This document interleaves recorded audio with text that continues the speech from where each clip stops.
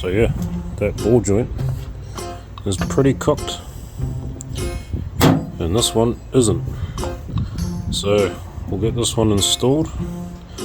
I'm gonna throw that as far as I can and then we'll get onto the brakes again.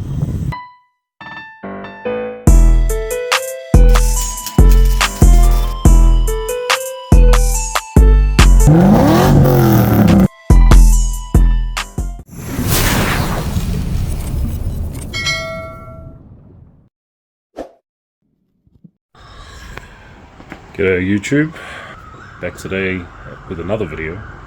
Today we're working on my BF XT Falcon.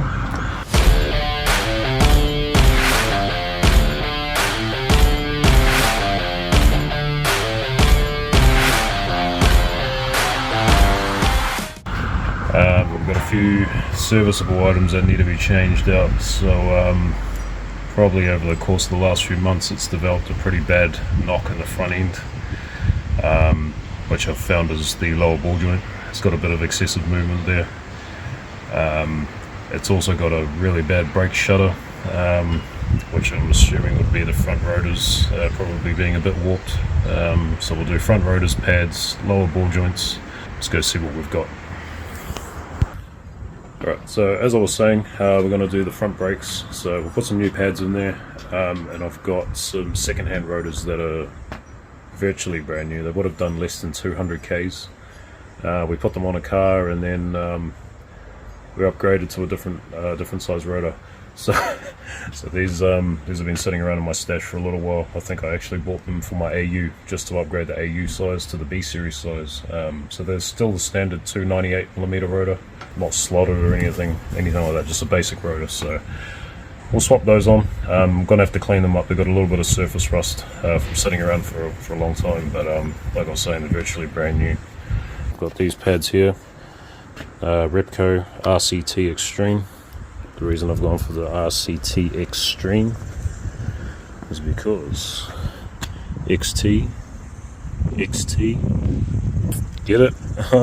Yeah, whatever. So basically that's what I'm looking at using. For no particular reason, these weren't much different price-wise from the standard Repco pads. These ball joints from Online Auto Parts, and this is not me trying to sell the Online Auto Parts store like so everyone goes there and buys their shit. It's just the fact that New Zealand is stupidly overpriced for the majority of the parts. So just in comparison, Repco has a retail price for a generic ball joint for a B series, lower ball joint, $108 for one, and I just got these for like $40. They probably came out of the same factory for all I know. So yeah, I have run this brand before in a few different parts, but all of the same brand, Koza. So yeah, they're cheap, but it'll probably get this car going, so I'm gonna go with those. And like I was saying, parts in this country are stupidly overpriced. Unless you have a trade account, which is still pretty shit to be honest. You're better off just buying in from Aussie. And it's not about this, oh, why don't you buy local? Nah, it's not that. It's this day and age, man, you got to be reasonable about what you're spending your money on. And in my opinion, you're not getting good value for money in this country. So definitely, if you're looking for some cheap parts, they do like brakes, shocks. I've bought how many sets of shocks from these guys for all my cars over the years. Go and have a look for what a price of shortened Ultima shocks would go for over here versus what you can get them for over there, and you'll see what I'm talking about. So these are not like high-end parts or anything. They're, you know, cheap, relatively cheap, probably Chinese parts, but for the most part they work okay. So yeah, if you're willing to accept that the quality might be a little bit less than, you know, your premium brands, but still do the job, you know, they might not last as long, but you know, they'll last me a year, 2 years. It's pretty much good enough for me, you know. So might not even have the car that long. So so we'll see how things pan out. But yeah, that's what I'm putting in this car. We'll swap it all in, and then we'll take it for a drive and see if it's fixed all the issues. So this one's good. There's no movement on this one. Let's go around to the driver's side and just seeing if there's any shift in the suspension. So check this out.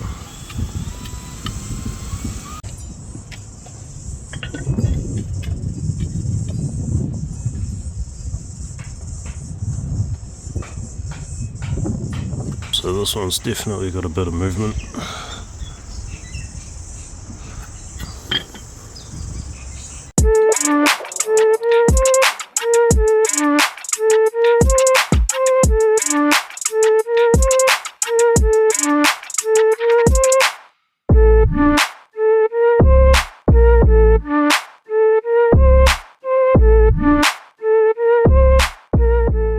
Okay, so brake rotor is off. Gonna have to clean up all of this surface rust on this mounting face here.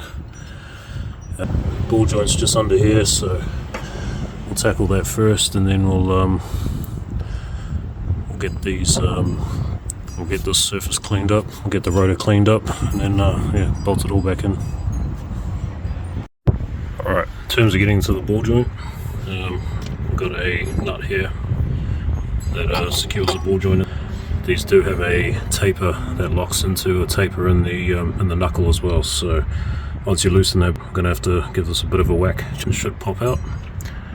What I like to do first is remove this so that we can disconnect the knuckle from the upper arm. This will allow it to pivot out of the way a bit. So yeah, 18mm spanner on this nut here. And yes, I know the upper ball joint boot is pretty cracked. I'll probably look at replacing these ball joints pretty soon as well. Didn't realise they were in such poor condition, but nothing unusual for a Ford. The ball joint has no play, so at the moment still all good for a little while. Okay, that just pops out like that. Yeah, so we'll remove that little bolt there to remove the ABS sensor out of the arm. That'll allow us to get this loom out of the way, and then we'll have clear access at getting to this thing. Ball joint nut is a 22mm. Yeah, just let that loose.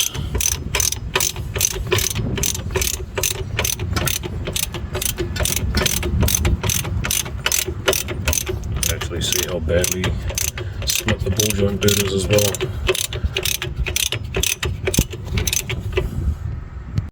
So yeah, now that that nut's off, I'm going to give this a bit of a persuasion with this bastard, and yeah, that'll shock the taper loose, and yeah, we should be able to just pull this straight off. So yeah, after a few taps over here, or if you're like me and you don't give a shit because you're replacing the ball joint, put the nut back on and give it a good smack there. Take the nut off, and then that should just lift straight up and off, and yeah, that's basically it right now. So yeah, we'll go get the little manual press onto this and pop it out, put the new one in. Alright, so the tool we're going to use to pop this ball joint out is this particular ball joint remover from Super Cheap Auto. I won't lie, these are a bit tedious to use, but so I've used this before on my XR8 over there. One thing I would highly recommend you do if you ever use one of these is coat the hell out of this threaded section here with either some sort of grease or if you can, some copper anti-seize that just stops the thread galling up when you're sort of trying to crank on the end of this thing. Yeah, it's probably not quite the right thread. They'd probably be better off with a trapezoidal thread where you've yeah, got a bit more strength in it at least. But yeah, it gets the job done, so that's what we're going to use today. Okay, so we're going to use this piece for that countersink facing down on top of the ball joint, so it's going to sit there. Then I'm going to have this piece that goes under the bottom of the bottom control arm, with this piece underneath it, so that'll sit like that under there, And because that's got a hole in it, I think this is what I used last time. It's just a random nut that fits inside there, but stops off that flange, and then that'll sit all together. This under here like that, this under there like that, this goes in this way, that stays on the top. Compress the whole thing, that will pop out, smash with a hammer. So it should look something like that. So yeah, now just gotta find the biggest 22mm spanner and 7/8. Don't care, whichever one fits. We'll try this. Can I help you? Can I help you? Come on, away from there please. Gracie. Hey, you're not a mechanic today, neither am I. So basically what you want to do here is just grab your spanner and just keep tightening the bloody thing until it pops out. So at the moment it's already starting to sort of come out. I don't know if you can see that on the camera, but it is actually coming down. Don't worry about that noise, that's my dog ripping up cardboard box behind us. Gracie, you better cut that shit out, girl.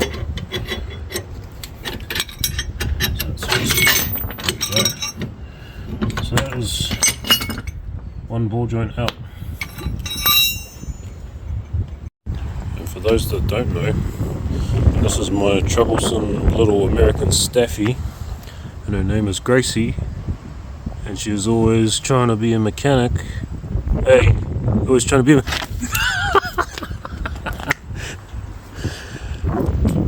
So yeah, let's get back to work. Alright, so when you're doing this job, when I'm doing this job at least, I don't like to do any cleanup inside here with, you know, your Scotch-Brite or emery or anything like that. These aren't exactly the tightest fit, like compared to an E-series ball joint. They're pretty easy to pop out. So yeah, I would prefer to keep that as untouched as possible. So I usually just clean it up with some degreaser. Obviously make sure there's no jagged edges or anything in there, but usually the nail is sort of left its imprint in there, which you can sort of just see.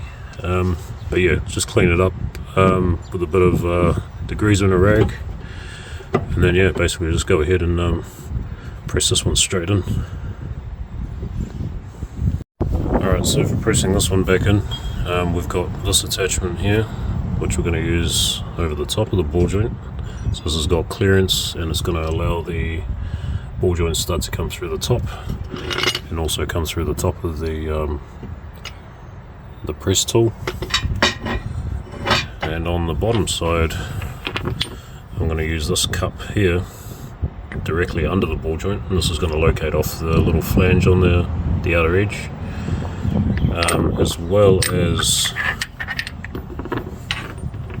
this bottom piece here. So the cup will locate into the top side of that, and the press, well, the threaded rod has a little spigot that will locate into this. That'll go under there, connect the press tool and wind it all the way up until it's home. What you want to make sure of is that the stud for the ball joint is actually completely free, so it's not going to catch on anything. At the moment this one is like slightly off center, so just trying to push the actual joint off a little bit. Oh, there we go, it's a bit better I think. Okay, so pretty much ready to send this thing.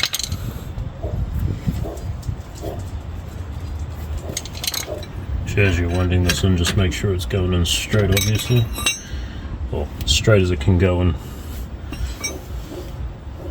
and it's already on the piss, so back it up a bit, start again.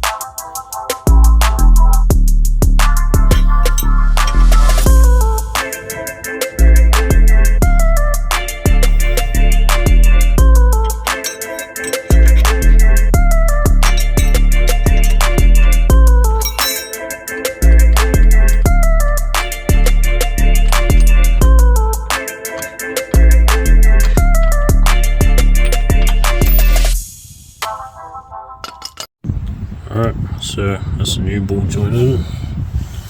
Now we'll put the stub axle back on, knuckle, whatever you want to call it. Put the nut back on in there.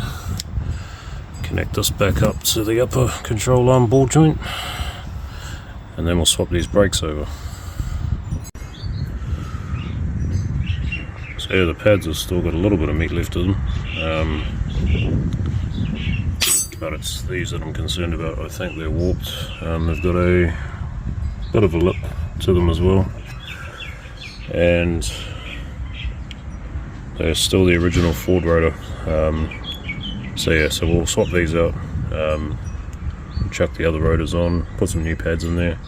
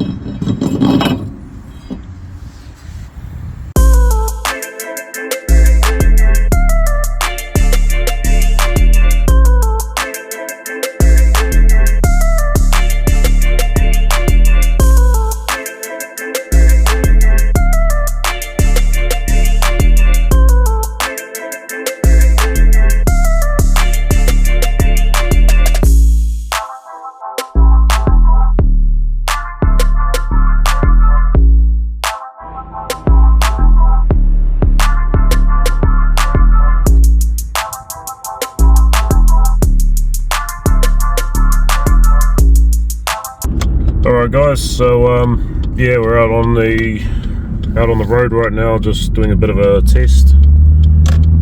So far, not one noise from the front end, which is beautiful, because every time I'd hit a little bump in the road or go up a driveway, you would hear this massive clunk coming from the driver's front. So yeah, super happy that that's all gone now, so that's nice. And yeah, the brakes, holy hell. Someone had fun here, as they do every bloody weekend. But yeah, no noise. That's a good start. I haven't had to brake hard yet, so I don't know how well these will pull up, but we're doing 60 k's right now, and I'll just jump on the brakes. Not bad. So it's the first time I've actually had the tyres screech in this car. So yeah, these pads aren't too bad. They actually do have a reasonably good bite. Like I was saying, I'm trying to avoid doing any work on this car because it is my daily driver and I don't really care too much about it. But yeah, if there's any other work that I do on this that's worth filming, I might sort of just keep going with it. There's a lot of maintenance stuff that's going to end up needing to be done on this if I do keep it, so we'll see how that goes. Hopefully there's something out of this video that might come in handy for anybody that's doing their own sort of DIY ball joint swap or brake swap or whatever. If not, all good, you know. But yeah, so that'll pretty much be the end of this video, I think. Like I said, thanks again for watching, and yeah, catch you on the next one. Cheers.